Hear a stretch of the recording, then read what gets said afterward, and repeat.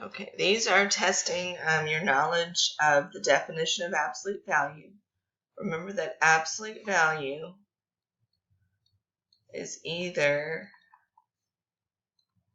0 or positive. And it will never come out negative. So when you take the absolute value, it will never be negative.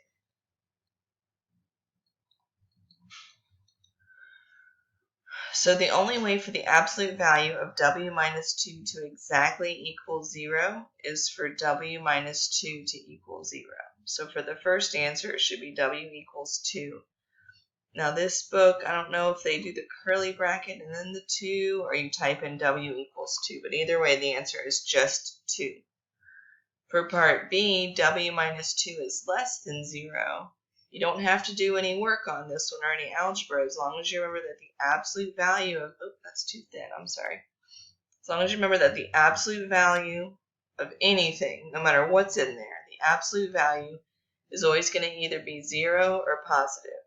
So it will never be less than 0. So that would be no solution, which might be the curly brackets with nothing in them. So that's no solution. On the next problem, the absolute value, w minus 2, is less than, which we just said is never true, or equal to, which is only true in one spot.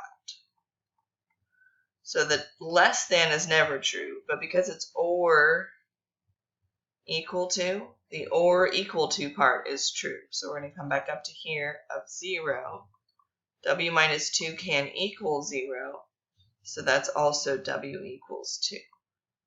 So the less than part is never true, but the or equal to part is true. So the only answer that's part of the solution is where it equals 0. I hope that made sense. But with or, it's one or the other or both. And in this case, it's just or equal to. That's the only part you can focus on. On the next one, the absolute value of w minus 2 is greater than 0, which is always true unless w minus 2 equals 0. That's the only spot where it's not true. So strictly greater than 0, this will always come out positive unless w equals 2. And then it will come out 0, which is neither positive or negative. So there's a couple different ways to write this. You can write all real numbers not equal to 2. I don't know if they'll let you use that notation. Or the interval notation, negative infinity to 2 with the parentheses, union 2 to infinity. And those parentheses are another way of saying not exactly 2. We can get really, really close to 2, but not exactly 2. And then on E is similar to D, right? It's greater than, but it includes the equal to.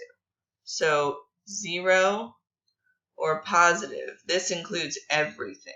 Greater than 0 is positive, equal to 0. So that includes all possibilities. So this is always true, and there's no exception. So there's not that exception this time because it includes equals 0. So if it's always true, it's either going to be all real numbers or negative infinity to positive infinity. I know the notation is a little frustrating in the online homework. If you click on the question mark, I think it's the question mark, it will show you how to enter your answer so that you know what notation. This is the set notation, and you might have the curly bracket with the W and the line, and then whatever your answer is, that's your set builder notation, or your interval notation, which is like this, that's your interval notation. So hopefully that helped on some level. I know it was a little messy. But each one is a think about it sort of question. And you only solve it if it's a possibility. If it's not a possibility, then you don't have to solve it.